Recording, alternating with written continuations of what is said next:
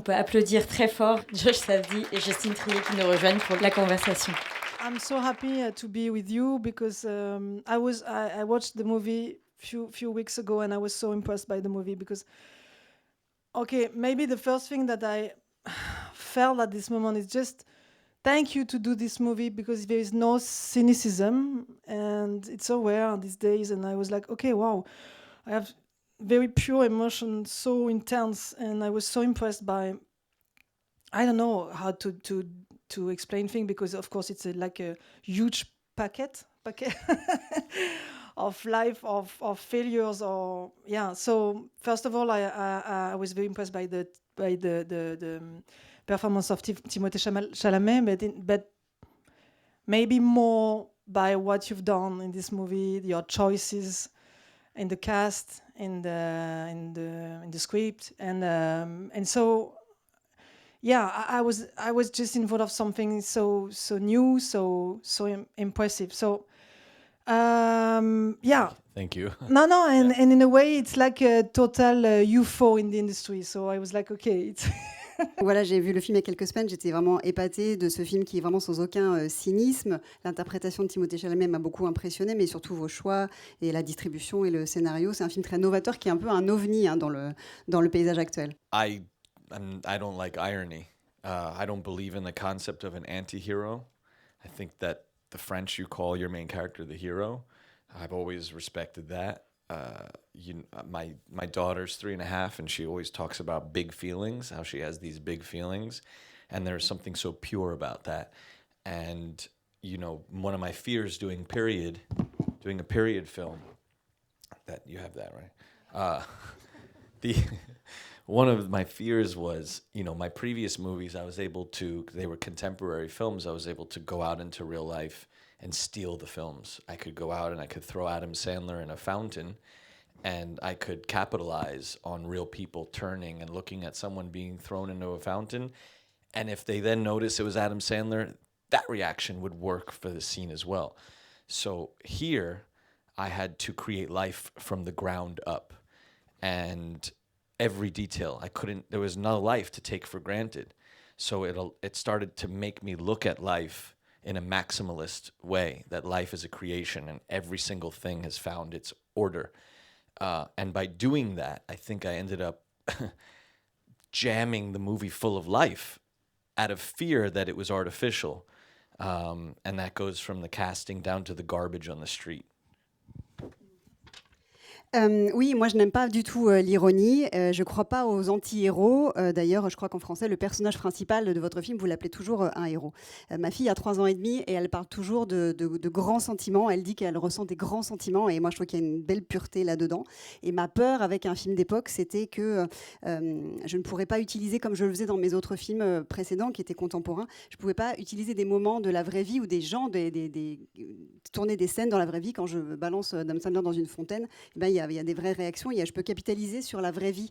Et là, je ne pouvais pas. Ici, il fallait que je crée absolument tout parce qu'il n'y avait pas de vie autour. Donc, ça m'a forcé à avoir un regard un peu maximaliste sur la vie et de voir la vie comme une création et par peur que ça fasse artificiel de remplir mon univers de vie et de personnages plus vrais que nature.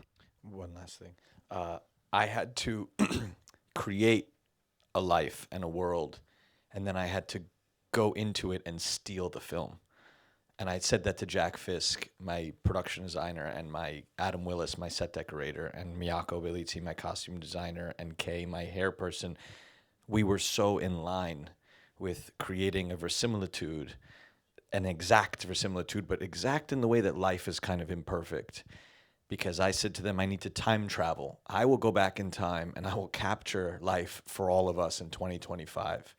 And So I'm told the story in present tense, the present day, but I went back in time to tell it. Because when someone tells me a story, when I'm talking to them who lived in 1952, emotions are timeless. The setting has changed, but that when you listen to a story from the past or you read a book that was written 100 years ago, you're experiencing it in the present way. You're experiencing it in a way that you relate to today. So I wanted to do that with the film.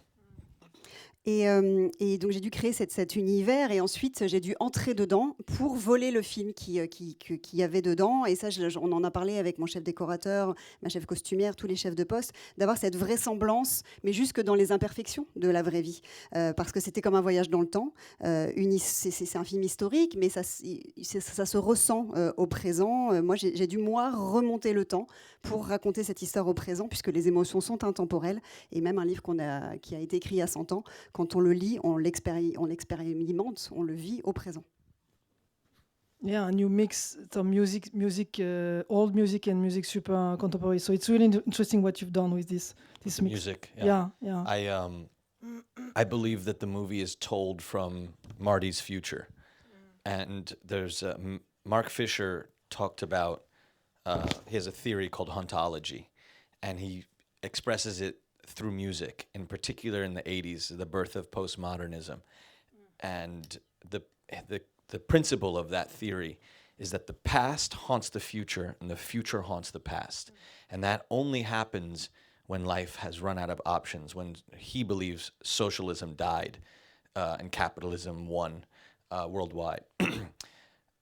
Daniel Lopatin, my composer, who goes by 1-0 Point Never, he invented a musical genre called vaporwave, and he would do basically this very thing. He would take a song from the 80s and he would make it eat its own tail, and the effect is very haunting.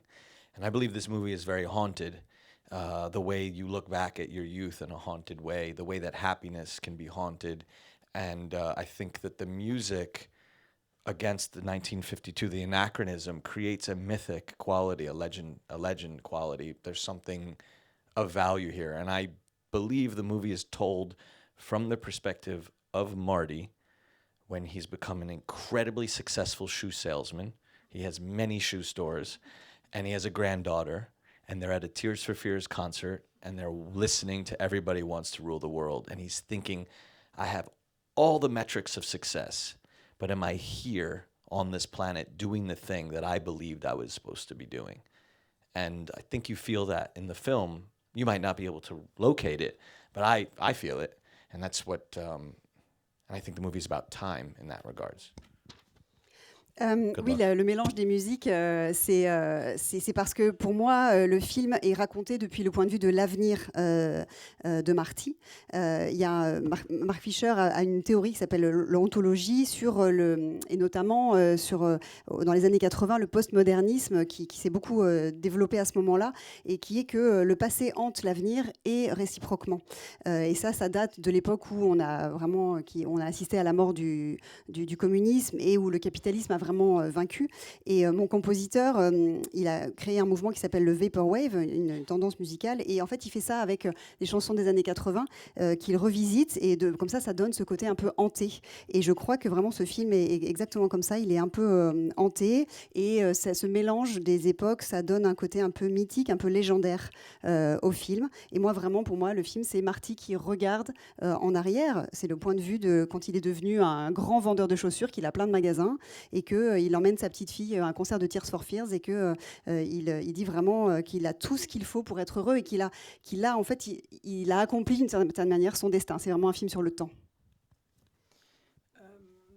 I want to talk that you could talk to us about the cast, because of course it's something so new in the way you process. And I wanted to know, putting a dog, Abel, Ferrara, and Timothée Chalamet in the same room, does that allow you to explore things that are different from the script, and as the actors are doing a lot of improv or not? How do you manage all these things? Because it creates something very chemically different from the other movie. You know that from your country, it's so special. The music, the way, ça infuse un peu partout de manière différente, quoi. Alors donc vos acteurs, les choix que vous avez faits quand vous décidez de mettre un chien et Abel Ferrara et aussi Timothée Chalamet, est-ce que c'est aussi une façon de pouvoir un petit peu sortir de ce qui était écrit? Est-ce qu'il y avait beaucoup d'improvisation pour créer cette sorte d'alchimie vraiment unique, très très différente? That infuses that sort of... Yes, okay. She said more.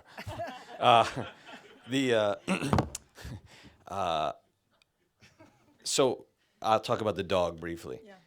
The dog's name is Moses. Moses was the purveyor of morals. It's his real name or not? No. The real name, actually, the dog spoke French. Oh, Yeah. no. His name was Amo, and all of the commands were in French. And I learned them. My father was French. Mais je ne parle pas français, pardon. Mon père est imbécile. He didn't want me to have an accent because he moved to America and everyone made fun of him. So, long story. But my grand-parent habite à Paris. Oh, okay. 30 ans. Okay, I didn't know. Okay. Yes, sorry. But abois, I would scream to the dog, so it would start barking. Abois, abois. The dogs, animals don't know they're in a movie. You say, I want the dog to act like it's scared in the water. They say, animals do not act. You can manipulate them to do the things, you can train them. But what's interesting about an animal is, on a very basic level, you see the dog or the animal knows it's not in a movie, so it's real. And animals are timeless. They've been around longer than we have. So I like putting animals in movies. There's we have a sea lion, we have a phoque in the film. Actually, Philippe Petit is in the movie. He introduces un phoque. Okay. Yeah, the greatest artist of all time, in my point of view. You can say that part, and then I'll go into the cast. Oui, donc alors concernant le chien qui s'appelle Moïse dans le film et qui est en fait un chien français apparemment qui répondait aux ordres de dressage qui étaient dits en français. Un animal, ça ne sait pas que c'est en train de jouer dans un film, ça ne joue pas la comédie par définition. Donc il n'y a rien de plus vrai et aussi d'intemporel puisqu'il y a on a toujours été entouré de chiens dans l'histoire humaine. Et puis on a aussi donc un phoque qui est donc introduit, qui est présenté donc sur au tournoi par Philippe Petit, qui est pour moi un des plus grands artistes qui soit. That's why you can't do violence with dogs. People can't handle it because I think they know on a deep level it's real. Someone said, you can kill 300 people, don't put a knife near a dog. So in terms of the cast, yeah, films are documentary. Godard said that, and it's true. On a basic level, you turn a camera on, it's life. And when I'm casting someone's essence, I'm casting their soul, and I don't care if they have one line in the film or they have 1,000 lines in the film. For me, when I see an extra a background actor that is in period anachronistic, it kills me. If I see also when I'm on set, the background actors, that's life. It's harder. That's the part that makes me nervous. Because I get on set and I have 300 people and I have to direct them. In Japan, I had to direct all these Japanese hongo hamsuru. I had to direct. You hate extras. I love extras. No, you love them, but you hate the idea to let people. It makes me anxious because it's a lot of direction. And it has to be real. It has to be life because at any moment I can pull somebody who is beautiful to me and I can give him a line and I can tell him secretly or her, say this to Timothy when he walks by. So Timothy has to be ready at any moment. And that you see it in the bowling alley when they're doing the hustle. But I am casting people for who they are. And then I'm using the character to work with them to express themselves. So this is Timothy before he became famous. This is when he was a dreamer, he was ambitious, and when you're young, the world is huge. And your concept of consequence is very small because if one thing doesn't work, the world is so big, you can go and do something else somewhere else. And when you get older, you realize the world doesn't work that way. And so you chose Timothy. I wrote it for Timothy. But before he was known, or yes, I met him 4 months before Call Me by Your Name. And so interesting because we can feel that in the movie.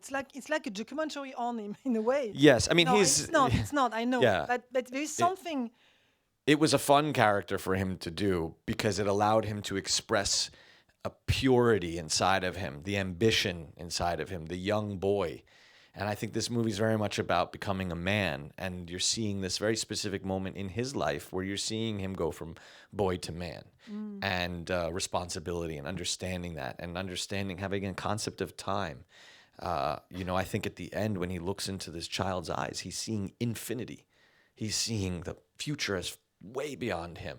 And it's incredibly humbling. The movie is about humility and belief and dreams and the power of dreams and how dreams exist outside of time. It's told like a heist film. Dreams are heists on fate. You're trying to grab fate and control it and steal what you can out of it. It doesn't work that way. So going back to casting, sorry. No. It's so interesting. You do that and then I'll finish the casting because that's a lot. I'm sorry. Et parce que pour moi, les films, c'est vraiment du documentaire. Comme disait Godard, il suffit d'allumer une caméra et on a tout de suite la vie.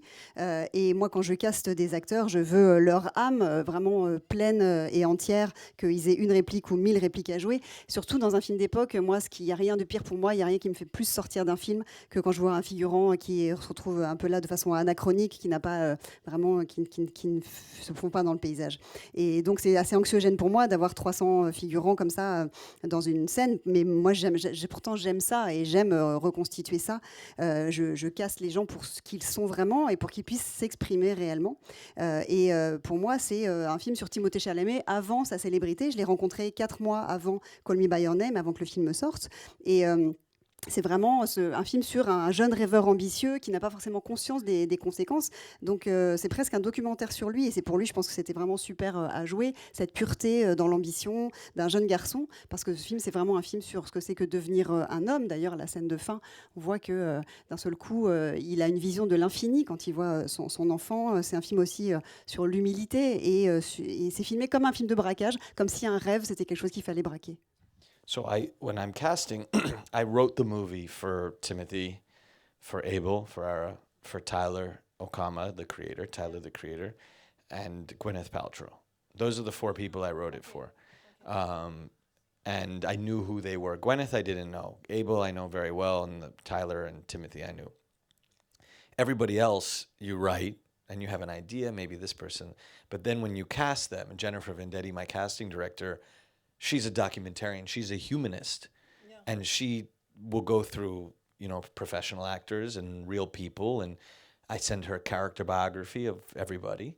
And when we're writing, Ronald Bronstein, who you know, he and I write these crazy character backgrounds for each person so we know what they will do when we put them into a situation. And Ronnie work with you in editing. It's your editor too. We write together, we edit together. It's so beautiful, and it's so, I can perceive that it's something so important because it's a huge project, a huge budget. But I can feel the way you are working in family with family in a very. Everybody in the film became family. Yeah. Darius Kanji, my cinematographer. Yeah. I feel like he's related to me. Because he's somebody who's forever young. Yeah. He's somebody who is like a 9-year-old, which I love. Yeah. Jack Fisk is 80 years old. He's 10. We're all just children. We all stay sculptable and malleable, and we're waiting to be inspired by something. And we're sincere. And Ronald is like that as well. But he's suspicious of things too. When we're... when I'm shooting, I can't look at dailies. I don't have time to look at the dailies. Yeah. So when we finish the film is a mystery. We're just capturing life, put it into a box, you film it, you put it onto film, and then it stays there until you get to the edit. Then you get to the edit and you have to rediscover the film. And we start from scratch. The humble time. Oh, man. Yeah, and I'm yelling at the director. I hate the director. We're yelling about the writers. It's horrible. It's disrespectful. Luckily, we know these people, so it's not offensive. But it's like we're archaeologists figuring out life. Again, it's like a documentary for us. That's how we look at it. Now, obviously, when I'm preparing, there's so many shots. I believe in subjectivity. I think subjectivity is how we understand. The purpose of art is to broaden the experience of the human race. And that can be done by getting very subjective so someone else can feel like they can relate to it in some way, even if they don't want to. And I think that I go crazy shooting, crazy. But you asked a question about improv. The script, we go back, you look at the script, it's like 90% the movie, maybe 95% the script. So with Timothy and the actors, I'll go so far. The non-professionals, you kind of let them go off, but then you end up somehow getting back to the script after you go and explore. Wow, how many pages was that? 3. Hold on, one more thing, ready? And I'm a translator, and I'm really enjoying this conversation.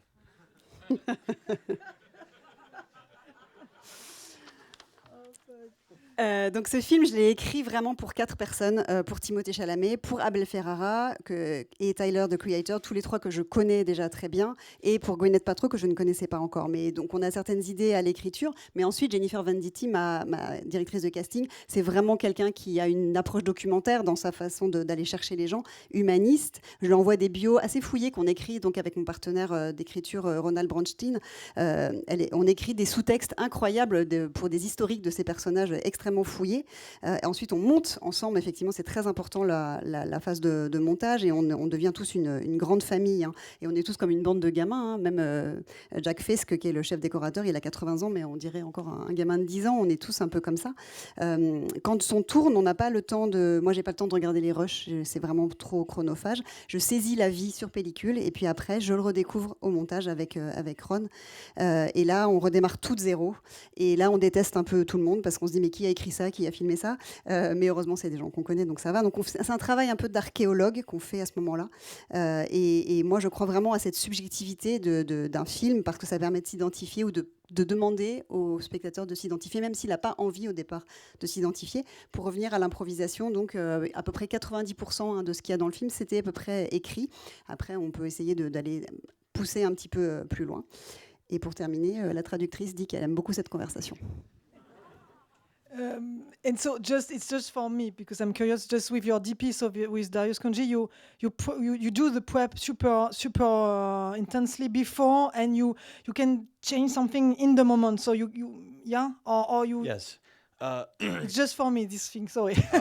I have very elaborate shot plans. I try to imagine the blocking as best I can. I talk about the setups with Darius. And he lets me lens the movie. And every once in a while, he tries to convince me to be a little wider, go from 100 millimeter to 75. And he conspires with my camera operator. He goes and he says, Josh, I think we should go to 75 here. And I said, I don't know. And he goes, Colin thinks we should go to 75. And I say, Colin said that? And I go to Colin. He goes, please don't get me involved. But Darius is an artist with light. He expresses himself with lighting, and he's unbelievable with it. He's unbelievable with it. Poetic. He's a poet with light. He's known as the Prince of Darkness, and he's a chemist. The way he's pushing the film, the way he's, you can see it in Delicatessen early on. It never changed. Actually, Ivan Lucas, who's the colorist, they started together on Delicatessen, and he just retired. This is the last one. So it's their first and the last. But I have a lot of shots, a lot. And Darius, it's like, oh my God. You say a lot. How many? Setups a day? Yeah. 20? Okay. That's a lot. So we all are under. Days. Sometimes, yes, long days, for sure. Long days. The last day was 23 hours. Yeah. Okay. Yeah. I would have gone 25. But once you get over 24, it becomes very expensive with the unions. And then it becomes days instead of day. Sorry. Yeah. Forget it, but you don't have to translate that. So movement became very important to me. Yeah. Moving always with the character. He's always on the move. He's always on the move. His dream is a heist. He's constantly in service of it. Every once in a while it stops, but it's moving. And that became kind of our mantra in the film. Okay. Visually. All the time in movement with A lot of movement, yeah. Okay. And then every time we're in his tenement, the building he lives in, it's handheld. Because I wanted it to feel like it was going back to nothing. And but for the most part, it was just a lot of Steadicam. Okay. Oui, j'ai des plans de tournage assez précis et en général, j'essaie vraiment de voir les placements assez à l'avance et on en parle avant avec Darius Konji, donc mon chef opérateur. Après, il me laisse un petit peu aussi choisir les objectifs ou alors il complote avec mon cadreur pour obtenir ce qu'il veut. Mais en tout cas, il est connu pour être un artiste avec la lumière, un poète de la lumière. On l'appelle le prince des ténèbres et ça se voit depuis son premier film Delicatessen sur lequel il a travaillé. Et moi, c'est vrai que je fais beaucoup de prises, beaucoup de mise en place, jusqu'à 20 par jour. Et ce personnage-là particulièrement, et pour ce film, c'était vraiment... Le mouvement était capital. On est en permanence en mouvement avec ce personnage qui va de l'avant. Et dans les scènes qui se passent dans son immeuble d'habitation, c'était en caméra à l'épaule pour avoir ce côté un peu justement dépouillé. Okay, and maybe we can take a little step back. Could you talk about the deep link between you and the movie? So it's not, maybe you don't want to talk about that. Sometimes when people ask me this kind of question, I don't want. But I would love to know, and because I'm curious about that. Just the link. It was the story of the ping pong. It was the story.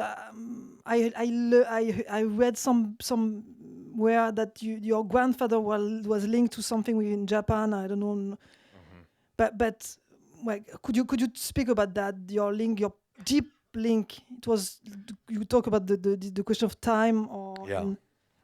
Oui, donc le lien. Sorry, it could be a long answer. Le lien profond avec l'histoire au départ. Qu'est-ce qui vous a accroché avec cette histoire? C'est votre grand-père en partie.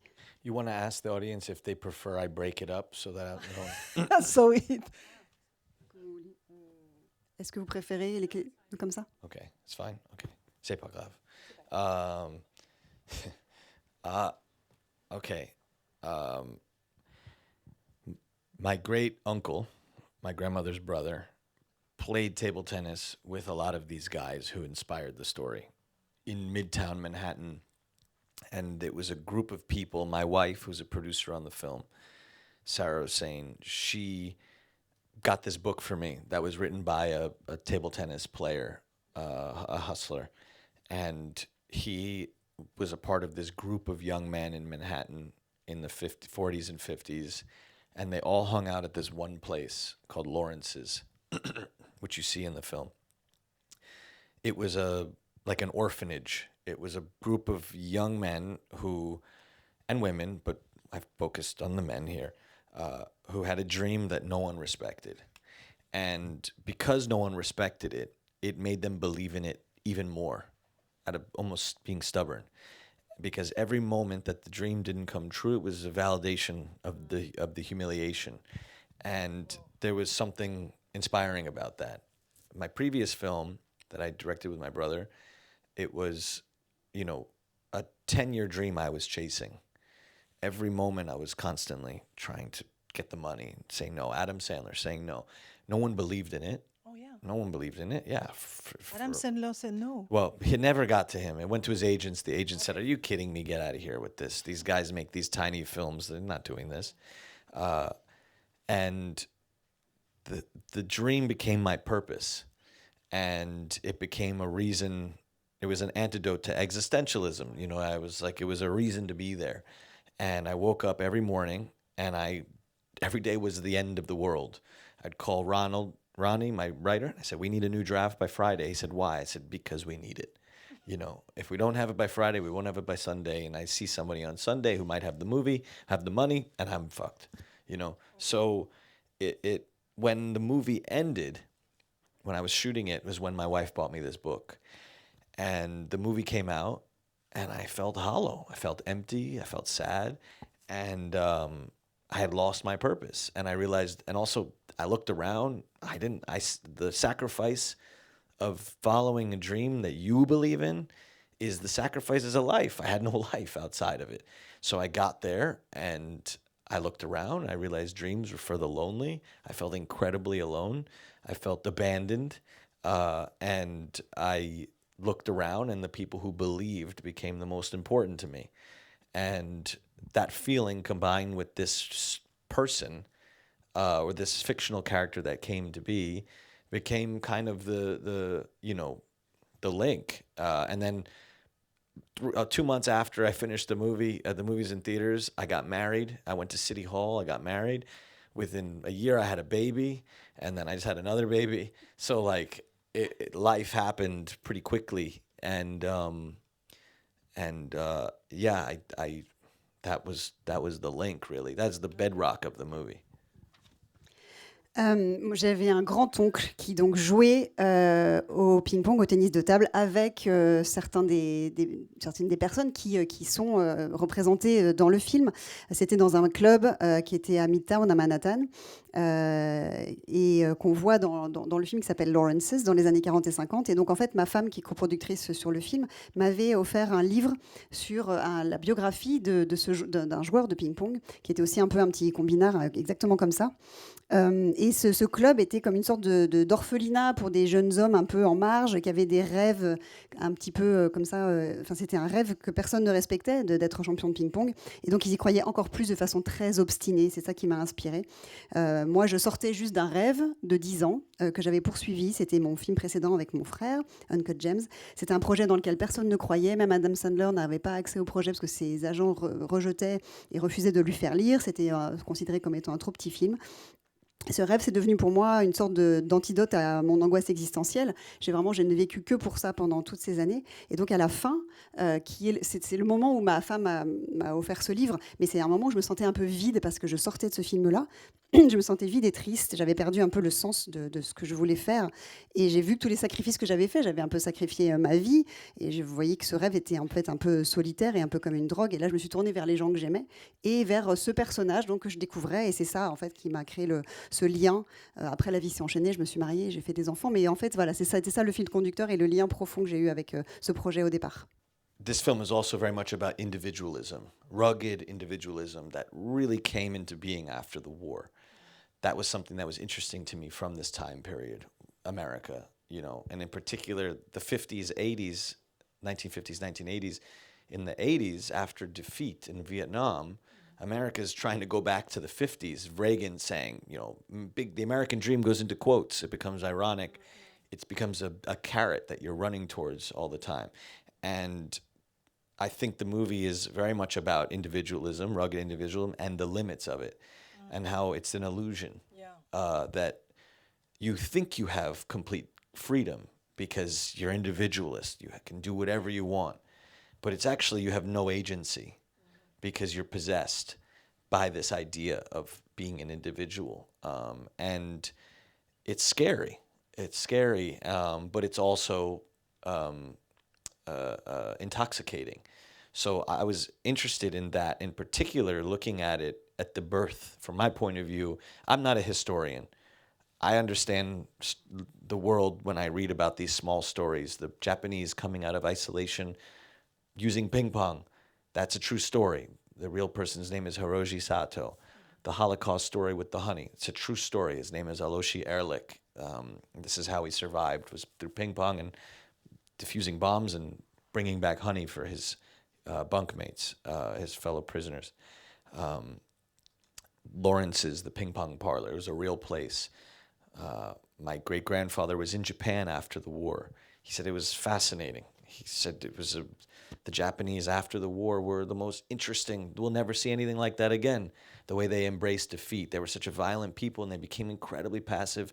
The American dream, the Americans wrote the constitution of the Japanese people that they still live by today. It's crazy. We introduced individualism. You said that, look at the emperor. He's just a normal guy. He's a loser. And next thing you know, you have all these heroes, these folk heroes.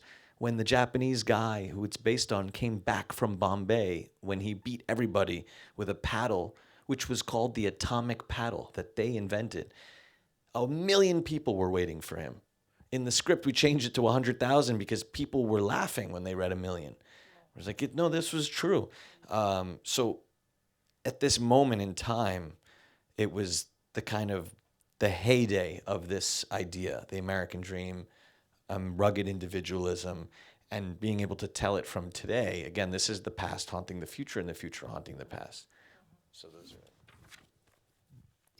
Pour moi, c'est un film sur l'individualisme forcené et qui vraiment est à son apogée après la Deuxième Guerre mondiale aux États-Unis entre les années 50 et 80, et à tel point que même après la défaite au Vietnam, on essaye de retourner à cette espèce d'âge d'or des années 50, et le rêve américain devient cette sorte de carotte après laquelle on court. Donc c'est un film sur cet individualisme, mais évidemment ses limites et le fait que ça n'est qu'une illusion, puisque quand on poursuit ça, on se croit extrêmement libre, sauf qu'en fait, on n'a pas de libre arbitre parce qu'on est possédé par cette idée, par cet individualisme. Qui en fait est grisant. Moi, ça m'intéressait, sans être historien, mais ça m'intéressait d'étudier ça. Je ne suis pas historien, mais en tout cas, je me suis inspirée de choses que j'ai pu lire autour de moi, ou voir des témoignages. Donc, le Japon qui est sorti de l'isolement après la Deuxième Guerre mondiale par le ping-pong, ça, c'est vraiment quelque chose de réel. Ce personnage qui était dans les camps et qui s'en est sorti et qui ensuite qui s'est enduit de miel aussi, ça, c'est vrai. Mon arrière-grand-père est allé après-guerre au Japon. Il était fasciné par la façon dont ce peuple qui avait été aussi va-t-en-guerre, finalement d'un seul coup devenait le peuple le plus passif et qui se mettait à embrasser la défaite comme ça. On a écrit, les Américains ont écrit la constitution du Japon. Donc ça, c'est quelque chose vraiment de fou. Quand ce joueur de ping-pong japonais est revenu d'Inde, de Bombay, où il avait tout gagné, il est revenu avec un nouveau modèle de raquette qui s'appelait la raquette atomique à l'époque. Il l'avait appelé comme ça, donc c'est le modèle de raquette qu'on utilise aujourd'hui. Il y avait 1 million de personnes qui l'attendaient de façon frénétique à son retour au Japon. Même on a dû baisser le chiffre tellement ça paraissait fou dans les salles de projection. Les gens ne croyaient pas à ce chiffre, ça faisait sortir les gens du film, donc on a dû même la baisser. Donc c'était vraiment l'apogée de ce rêve, de cette individualité. Et encore une fois, c'est le passé qui hante le présent et vice-versa. Thank you so much. They just... Ils m'ont fait un signe pour arrêter. They want just to cut. Sorry. No. It's perfect. Thank you. And I just want to finish with something, because now you have babies. You have the movie's success, I think. And it's okay. So now, are you anxious about the future? Because you don't Always. have a huge failure on your, just in front of Always you. anxious. Yeah. Look at the movie. Yeah. I know. I'm No. It was a always joke. anxious. Okay. Yeah, no, I think, you make the films and they teach you about yourself. Yeah. And I'm still able to be emotional watching the movie, so I still have that. Particularly. Which scene? I get emotional when he's dancing outside the cab with Tyler. I get so beautiful. I love this. These are big feelings that I get, not just crying. The opening, seeing with him in the shoe store downstairs, but the ending. The ending, starting with his victory. And then where Timothy's performance there is incredible, crazy how he's able to go, and it was so hard. You did a lot of takes, or it was? Well, we were in Japan and we had to do everything in 4 days, and it was a lot. So it was in Japan. We shot the ending in Japan with the babies and. Oh no, that's in New York. Oh, sorry. The exhibition is in Japan, Okay. and someone said to me, "You could have done this in New York. It's one location." I said, "I went to Japan for the people." We shot New York for New York. We shot Orchard Street for the soul of Orchard Street. And we did that for Japan, too. And people thought we were crazy. It made the movie harder because we lost amount of days because it was expensive. Yeah, of course. So anyway, when I was when I was directing Timmy at the end there, it's a complicated thing because in the script you write, loneliness overcomes him in this victory and blah, blah, blah, blah. And and it's easy to write, Yeah. But for Timmy to go from ecstasy, oh my God, I did this thing. What was this thing? What is the point of it? What is the point of dreams?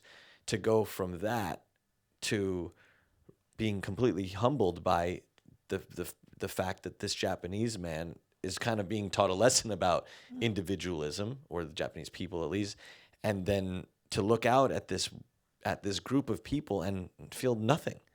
And they're not happy. So what is it? It's just for you? That's what it was?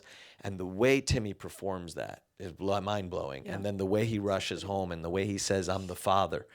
And the way he looks into his child's eyes. It's hard to direct a baby, The baby was new, and they can't even really see. So you have to do tricks like cast the woman who's holding the baby is a woman who works for the union who deals with babies. So do you direct the woman who? So I told her, you hold the baby, and we need to make the baby cry. Yeah. So you pull it out. It doesn't like that. And then you are doing secret caressing. She knows how to do it on the back so that the baby stops crying. No. And then we lucked out that it turned and looked right at Timmy. So beautiful. that was, you can't prepare for that. You can hope. And you're sitting there and you get 11 minutes with the baby. That's it. Wow. 11 minutes. Then you have to bring a new one. But you don't have, it's not that easy. You want the baby, you establish the baby. So Timmy's looking at a different baby. Yeah. But the one that you see is but and that's another thing to watch him see it. And the movie is a happy ending, but what is a happy ending? Yeah. You know what I mean? So it's a complicated ending. And the complications of it, and you have this song by Tears for Fears.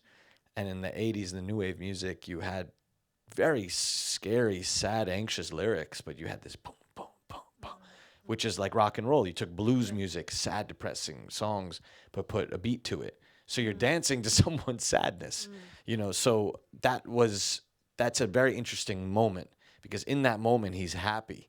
Yeah. And he At the same time. Yeah, exactly. At the same time, it's a slight funeral for his dream. Yeah. But that's the beauty of it. One dream ends and maybe the next one begins. Incredible that ending for me. Yeah. Thank you. Donc pour la suite, est-ce que je suis anxieux? Bah oui, je pense on sait que avec mes films, ça témoigne de mon anxiété, mais les films nous en apprennent vraiment beaucoup sur nous-mêmes. Je crois que c'est surtout ça. Et moi, je suis toujours émue quand je vois le film, certaines scènes, donc quand il danse à côté du taxi avec Tyler, et puis la scène d'ouverture au magasin de chaussures, mais surtout cette victoire à la fin au Japon. On est allé tourner au Japon parce que justement, on voulait garder, on l'a tourné vraiment pour les gens, pour avoir cette authenticité du lieu, tout comme dans le Lower East Side, dont j'ai voulu tourner dans Orchard Street. Ça rend les choses plus difficiles, mais en tout cas, à la fin, quand il a cette victoire, il se rend compte qu'il a cette extase et en même temps, d'un seul coup, cette solitude de ce moment, à quoi ça servait? Parce qu'il a donné une leçon d'individualisme à ce japonais, assez japonais, mais en fait, les gens en face ne ressentent rien. Donc c'est pour ça qu'il se précipite à rentrer chez lui pour avoir son enfant. Et donc, les nouveau-nés qu'on dirige dans les films, c'est très compliqué parce que c'est quelqu'un du syndicat qui se retrouve à prendre les enfants et à avoir des petites techniques pour le faire pleurer ou bien le faire arrêter de pleurer. Et donc, quand on a cette fin qui est une fin qu'on pourrait dire heureuse, mais qu'est-ce que c'est finalement une fin heureuse? C'est une fin un petit peu complexe. Et la chanson de Tears for Fears, elle exprime ça très bien parce que les paroles, à la fois dans les années 80, on avait des paroles très tristes et anxiogènes et un peu angoissé du monde, mais sur des rythmes encore un petit peu rock. Et on voit qu'il est en train un petit peu d'enterrer son rêve et peut-être pour démarrer une autre vie avec un autre rêve. I just want to add something. The scene in the bathroom is where the bathtub totally falls. Crazy. Yeah, it was hard to do. Totally crazy. Sorry, just 2 minutes. Just how did you? Sorry. I was so surprised. It was like a earthquake in the theater. It was those are the moments, like all the table tennis scenes. I was fearful of because you've never done them before. No one's done them before, so you don't have a formula. Wouldn't know how to do it anyway. And the bathtub scene was, how am I going to do that? And I had a vision for it, and I talked to Jack Fisk, and I talked to the effects crew, and the stunt people, and Abel Ferrara. You get these people into the mindset. The dog is hard. How do you get a dog to look like it's in pain? Turns out the dog, Ammo, doesn't like water. Yeah. So I said, put water in that bathtub. And I talked to the Humane Society, the people who make sure the animals are okay. And I said, is that okay? They said, yeah, water's fine. And after one take, we looked at each other. It's like, we're not doing that again. The dog did not like the water. She's like, you could do it one more time. I was like, I don't want to do it. I have a dog, a shepherd, and she hates water too. It wasn't happy. But, we built, every time we did 3 takes of the tub falling. Yeah. And each time we had to redo the ceiling, which took 3 hours for it to dry and and 3 takes, yeah. Okay. And I was doing another scene. I'd run over on the stage. I'd look, okay, bop, all right, this didn't happen. Abel comes. And we had a stunt double for that it falls on him. and just incredible art department. And then you bring in Timothy, and he's naked, and Abel Ferrara is covered in water, and the dog is barking the entire time. And I always liked it when the dog was barking. Sometimes the dog wasn't in the scene. I'd bring the dog just to bark. And the sound people were like, this is a mistake. Don't do that. But it made the acting unbelievable. So I just work around it in the edit. It was hard to do, but you know, that the beauty of that scene for me as a director was to not overcut. Yeah. So that when the bathtub falls, it's actually one shot that's revealing, so the audience has a moment to be like, oh my God, what happened? Yeah. Oh my God, the arm. Exactly. Oh, that's the guy. Yeah. This is the dog. Oh, he was washing the dog because it smells like shit. And he's underneath him. What a horror. And this guy was so in his own world, he wasn't paying attention when someone said, don't use the shower. Yeah. He didn't use the shower. He used the bath. But, you know, but that moment, directing that and keeping everybody present and having the water and having the, you know, and the dog barking and the dog is wet. It's your style. In that scene, I was like, okay, it's I wanted it to feel very real. Yeah. I wanted it to feel shockingly real. Yeah. You know, and my makeup department, they built the perfect bone coming out. And Abel Ferrara is amazing in the movie. Yeah. Okay. I cast Abel Ferrara. Everyone I cast, you want them to know what they're saying before they open their mouth. The second you see them, you should know everything about them. And that's like, you know, as a perfectly cast person. When they walk on, you're like, I know that guy. Yeah. I know her, you know. Ça me faisait peur de tourner des scènes de ping-pong parce que j'avais pas vraiment de mode d'emploi pour ça, personne n'avait vraiment jamais fait ça, mais c'est vrai que cette scène de baignoire, j'avais beau l'avoir visualisée, j'avais beau avoir préparé Abel Ferrara, etc. Bon, le chien, on savait qu'il aimait pas l'eau, donc j'ai essayé de jouer un petit peu avec ça pour le faire réagir, mais surtout ce qui était compliqué, c'est qu'on a fait 3 prises de cette chute de baignoire et à chaque fois il fallait refaire le plafond, attendre que ça sèche, etc. Donc je passais mon temps un peu à faire la navette et à jouer avec les aboiements. Après, au montage, on a pu aussi jouer et un petit peu reconstituer des choses, mais c'était un petit peu compliqué. Mais la beauté pour moi de cette scène, c'était vraiment de ne pas trop couper, de permettre aux spectateurs vraiment de voir la scène, de découvrir le tableau et de regarder en haut, de regarder en bas, de comprendre exactement ce qui était en train de se passer pour avoir vraiment un sens de la réalité. Et un personnage comme celui d'Abel Ferrara, c'est pour ça que c'est important le casting, c'est parce que c'est des gens quand ils ouvrent la bouche et qu'ils disent quelque chose, on a l'impression enfin de les connaître, que ce sont vraiment des personnes humaines qu'on connaît réellement. Thank you. Thank you. Thank you.